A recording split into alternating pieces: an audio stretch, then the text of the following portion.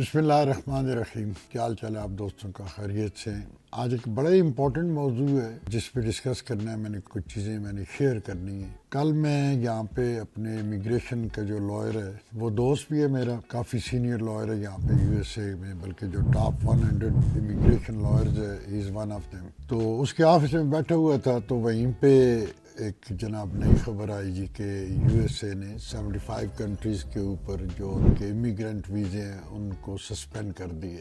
ایک دفعہ تو جب وہ لسٹ دیکھی، عموماً ہم بچ جاتے تھے، کبھی وہ 15 ملکوں پہ بین کر رہے تھی یہاں کی گورنمنٹ، کبھی 20 ملکوں پہ جو ہے وہ امبارگو لگ رہی تھی ان کے جو سٹیزنز ہیں. تو سب سے پہلے یہی نظر پڑتی تھی کہ پاکستان تو نہیں ہے اس کے اندر شامل. تو ایک دفعہ تو بڑی عجیب سا شاک ہوا مجھے کہ وہ ہے پاکستان، کیونکہ پاکستان سے جو یہاں پہ امیگرینٹس وغیرہ آتے ہیں، چاہے وہ کسی بھی کیٹیگری میں آئیں، وہ بزنس کیٹیگری کے اندر آتے ہیں، وہ یہاں کے جو ان کے عزیز و اقارب ہیں، ہسبینڈ جو ہیں وہ وائف کو اسپانسر کر رہا ہے، وائف ہسبینڈ کو اسپانسر کر رہی ہے، مختلف آپ کی بزنس آرگنائزیشن اپنے امپلائیز کو جو ہے وہ اسپانسر کرتی ہیں. جو یہاں کی کمپنیز ہیں وہ جس طرح ڈفرینٹ سیکٹرز ہیں، آپ کے ڈاکٹرز ہیں، آپ کے انجینئرز ہیں، آپ کے آئی ٹی جو پروفیشنلز ہیں، تو ان کو یہاں پہ ضرورت کے مطابق، جس طرح ہماری ضرورت ہے، ہمارے ریسٹورینٹ کا بزنس ہے تو ہمیں پاکستان سے شیف چاہیے چونکہ ایونچولی پاکستانی ریسٹورینٹ ہے. تو ہم جب ان لوگوں کو اسپانسر کرتے ہیں یا یہاں کی جو کمپنی اسپانسر کرتے ہیں یا جو یہاں کے لوگ اپنے عزیز و اقارب کو یا ان کے اسپاؤز ہوتے ہیں ان کو اسپانسر کرتے ہیں، تو اس کے لیے آپ کو انتہائی ڈیٹیل اپنی فائنینشیل جو ہے وہ جمع کروانی پڑتی ہیں آپ کو امیگریشن کے اداروں میں یا لیبر ڈپارٹمنٹ کے اداروں میں، کہ آپ اس قابل ہیں کہ جو لوگ آپ بلوا رہے ہیں یہاں پہ ان کو آپ افورڈ کر سکتے ہیں یا نہیں کر سکتے. Being a U S citizen, Pakistani American, کہ میں آپ کو ایک بات بتاؤں، میں پچھلے تقریباً 40 سال ہو گئے، مجھے 40 سال سے زیادہ ہی ہو گئے یہاں امریکہ میں. پورے امریکہ میں ٹریول میں نے کیا ہوا ہے، ڈفرینٹ اسٹیٹس میں رہا ہوں، ڈفرینٹ اسٹیٹس کے اندر میرے آفیسز بھی رہے ہیں، میرے اپنے بزنسز بھی رہے ہیں. 40 سالوں میں آپ جو ہے وہ ڈفرینٹ کمیونٹی کے لوگ ہوتے ہیں، آپ ان سے ملتے ہیں، ان کے احوال جانتے ہیں، ان کی فائنینشیل سچویشن کو دیکھتے ہیں، ان کے آپ جو پروفیشنز ہوتے ہیں ان کو دیکھتے ہیں. ایک لمبا ٹائم ہے، 40 سال بہت لمبا عرصہ ہے وہ. پھر خود میں رہا بھی بزنس میں ہوں، تو آپ جو ہیں وہ یہاں کی سوشل لائف میں بھی ایکٹیو ہوتے ہیں، آپ مسجدوں میں جاتے ہیں، وہاں پہ نماز کے علاوہ جو سوشل گیدرنگز ہوتی ہیں وہاں پہ آپ لوگوں سے ملتے ہیں. تو پوری ایک کمیونٹی سے آپ کا رابطہ ہوتا ہے یہاں پہ، اور آپ کو پتہ ہوتا ہے کہ یہاں پہ پاکستانی کیا کر رہے ہیں. تو بینگ اے پاکستانی امریکن، میرے خیال میں اس وقت یہ میرے اوپر ایک فرض ہے کہ میں آپ کو یہاں کے پاکستانیوں کی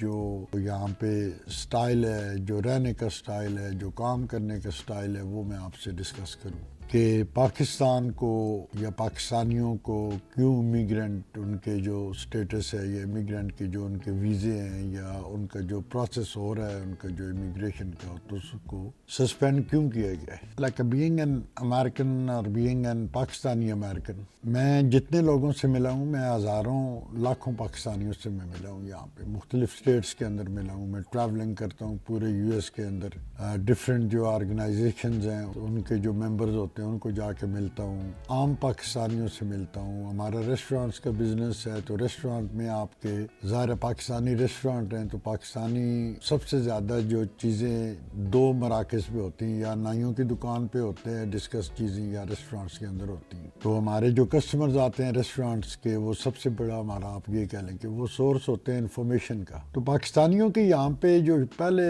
جو بیچ آنے شروع ہوئے تھے وہ مڈ 60s سے لے کر 70s تک جو پاکستانی یہاں پہ آئے تھے وہ سارے لوگ پروفیشنل آئے تھے یہاں پہ. ان میں ڈاکٹرز بھی تھے، ان میں انجینئرز بھی تھے، ان میں بینکرز بھی تھے، ان میں اسٹوڈنٹس بھی تھے. اور وہ جو اسٹوڈنٹس یہاں پہ آئے تھے وہ اس کے بعد پھر یہیں پہ پڑھ کے انہوں نے یہیں پہ جاب شروع کی. جس طرح میں خود بھی اس کی ایک ایگزامپل ہوں. میں تو آیا تھا لائک ارلی 80s کے اندر، اور اس کے بعد 80s کے اندر پھر ایک طوفان آیا تھا پاکستانیوں کا جو یہاں پہ امریکہ موو ہوئے تھے. اور اس کے بعد پھر یہ 90s 80s تک جاری رہا. اس کے بعد پھر آپ کے یہ جو جس پروگرام کے اوپر پابندی لگی ہے کہ جو امیگرینٹ سٹیٹس ہے اس کے اوپر جو پابندی لگی ہے تو وہ لوگ آنے شروع ہوئے. تو یہ ایک تسلسل تھا پاکستانیوں کا امریکہ میں موو ہونے کا. تو جو 80s میں لوگ آئے تھے ظاہر ہے ان میں پروفیشنل بھی تھے. پہلے جو آئے تھے 60s اور 70s والا گروپ جو تھا وہ سارے لوگ پروفیشنل تھے. ان میں ڈاکٹرز بھی تھے, ان میں آپ کے انجینئرز بھی تھے, ان میں سروسز بزنس سے تعلق رکھنے والے لوگ تھے. تو وہ اس وقت آلموسٹ ریٹائر ہو چکے ہیں یا ریٹائرمنٹ کے قریب ہیں. لیکن ان میں سے ابھی تک 80% لوگوں نے ریٹائرمنٹ نہیں لی. اگر جو پروفیشنل ہیں وہ سٹل کسی نہ کسی طریقے سے ایون کی ریٹائرمنٹ ایج گزر جانے کے بعد بھی ریٹائرمنٹ نہیں لی, وہ کسی نہ کسی فائنینشیل آرگنائزیشن سے وابستہ ہیں. اگر وہ ڈاکٹرز ہیں تو وہ ایز اے پرائیویٹ پریکٹس کے طور پہ وہ اپنا بزنس کر رہے ہیں, سٹل کر رہے ہیں. ابھی ہاسپٹلس کے ساتھ وابستہ ہیں تو وہ سٹل ابھی تک ہاسپٹلس کے ساتھ کام کر رہے ہیں. اچھا, کچھ لوگ جو ریٹائر ہوئے بھی ہیں تو میں نے موسٹلی جو یہاں پہ دیکھیں پاکستانی, میں آپ کو اس بیچ کی بات کر رہا ہوں جو 60s اور 70s میں لوگ آئے تھے. تو وہ ابھی ریٹائرمنٹ کے بعد اگر کچھ لوگ ریٹائر ہو گئے ہیں تو انہوں نے ظاہر ہے یہاں ریٹائرمنٹ مفت ہی نہیں ملتی امریکہ میں. امریکہ میں آپ کو ہر ہفتے جو آپ کو چیک ملتا ہے یا منتھلی سیلری کا چیک ملتا ہے تو اس میں آپ اپنی سوشل سیکیورٹی کے جو پیسے ہیں وہ کٹواتے ہیں. سوشل سیکیورٹی آپ کا ایک یہاں پہ گورنمنٹ کا ایک بینک ہے جس میں آپ کی سیلری سے کچھ حصہ وہ کاٹ کے تو وہ آپ کے سوشل سیکیورٹی ڈپارٹمنٹ جو ہے اس میں آپ کا جمع ہوتے رہتے ہیں پیسے. تو ایٹ دا ایج آف 63 آپ کا فرسٹ سٹیپ ہوتا ہے ریٹائرمنٹ کا. جب آپ وہاں پہ جا کے at the age of 63 retire ہوتے ہیں تو اس کے بعد آپ کو وہ سوشل سیکیورٹی آپ کو پینشن شروع کر دیتی ہے. آپ چاہے سرکاری کام کریں چاہے پرائیویٹ آرگنائزیشن کے ساتھ کام کریں, آپ ٹیکسی چلا رہے ہیں, آپ کسی بھی پروفیشن سے ہیں, آپ جب ٹیکس آپ فائل کرتے ہیں اینڈ آف دا ایئر تو اس میں سے ایک مخصوص رقم آپ کو سوشل سیکیورٹی کو دینی ہوتی ہے اور وہ ایٹ دا ایج آف 63 وہ پھر سوشل سیکیورٹی آپ کو پینشن کی صورت میں منتھلی آپ کو پیسے واپس کرنی شروع کر دیتی ہے. تو وہ یہاں کا یو ایس کا ایک سسٹم ہے. تو وہ جو لوگ 60s 70s میں آئے تھے ان میں سے جو لوگ ریٹائر ہوئے ہیں وہ اب اپنا سوشل سیکیورٹی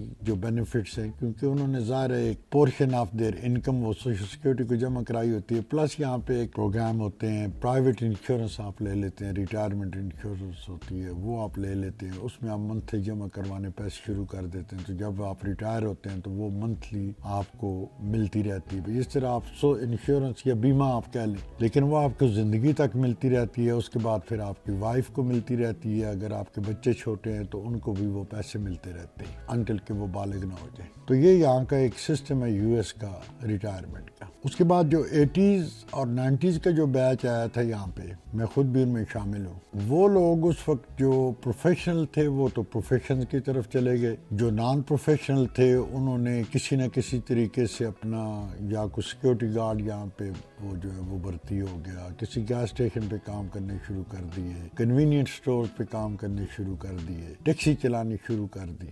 اچھا, ان لوگوں کا جو بیچ تھا نا ان میں سے تقریباً 90% لوگ انہوں نے وہاں پہ اپنے پیسے سیو کر کے انہوں نے کسی نے کوئی گیس اسٹیشن خرید لیا, کسی نے کوئی کنوینئنٹ اسٹور خرید لیا. آپ یو ایس اے کا ایک اینڈ ہے, آخری اسٹیٹ جو ایسٹ کوسٹ پہ وہ مین ہے, وہاں سے لے کے آپ واشنگٹن اسٹیٹ ہے سیاٹل تک آپ چلے جائیں تو آپ کو اگر ٹریول کرتے ہیں بائی روڈ تو آپ کو پورے رستے میں, یہ تقریباً 4,500 میل بنتا ہے, تو 4,500 میل کے رستے میں جتنے بھی گیس اسٹیشن آئیں گے ان میں سے کسی نہ کسی کا اونر پاکستانی ہوگا. آپ کسی بھی امریکہ کے شہر میں چلے جائیں تو وہاں پہ گیس اسٹیشن یا کنوینئنٹ اسٹور آپ کو پاکستانیوں کے ملیں گے. پورے امریکہ کی بھی میں بات کر رہا ہوں. آپ نارتھ سے ساؤتھ چلے جائیں, میں بفلو میں رہتا ہوں, بفلو نارتھ ایسٹ کا مطلب ہے یہاں سے شروع ہوتا ہے کینیڈین بارڈر سے, تو آپ آل دا وے ٹو ہیوسٹن چلے جائیں, وہ ساؤتھ کا سب سے آخری اینڈ جو آخری سٹی ہے. تو نارتھ اور ساؤتھ سے آپ ٹریول کر لیں, آپ ایسٹ اور ویسٹ سے ٹریول کر لیں تو پورے یو ایس کے اندر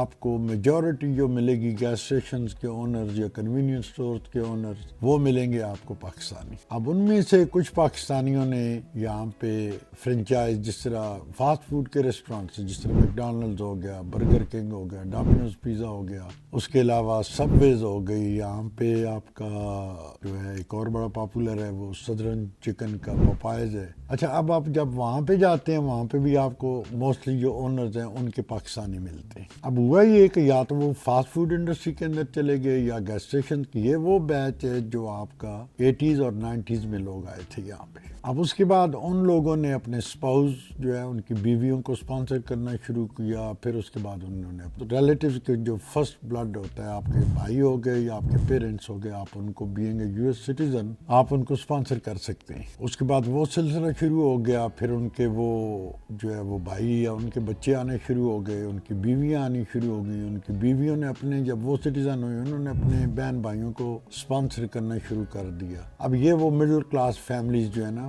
وہ آنی یہاں پہ شروع ہو گئی. اچھا پاکستان سے جو بھی بندہ امریکہ میں, جو میں نے آج تک جتنے بھی مجھے ملے, میں 99% پاکستانی کی بات کر رہا ہوں, تو وہ لوگ جب وہ امریکہ میں آئے, چاہے وہ خواتین ہیں, چاہے وہ بچے ہیں, چاہے وہ نوجوان ہیں, چاہے وہ آپ کے مڈل ایج کے لوگ ہیں, انہوں نے سب سے زیادہ یہاں پہ کنٹریبیوٹ کیا امریکن سوسائٹی کے اندر. انہوں نے مختلف جابوں کے اندر جو 2000 اور اس کے بعد جو لوگ آئے ہیں انہوں نے یہاں پہ, میں نے کسی پاکستانی کو, کسی نوجوان پاکستانی بچے کو, بچی کو میں نے فارغ نہیں دیکھا. یہاں پہ ہر پاکستانی یہاں پہ کام کرتا ہے اور ان کی خواہش ہوتی ہے کہ ایک ہمارے اندر نیچرلی وہ ایک چیز ہوتی ہے کہ ہم نے کسی نہ کسی طریقے سے ترقی کرنی ہوتی ہے. جب وہ رشتہ داروں کی صورت میں یہاں پہ آئے تو ان کے رشتہ دار یہاں پہ سیٹل تھے, تو وہ نیچرلی ایک ہمارے اندر جو ایک جذبہ ہے, یہ ایک عادت ہے ہماری کہ ہم دیکھتے ہیں کہ یہ بندہ اتنا آگے ہے تو چلے ہم اس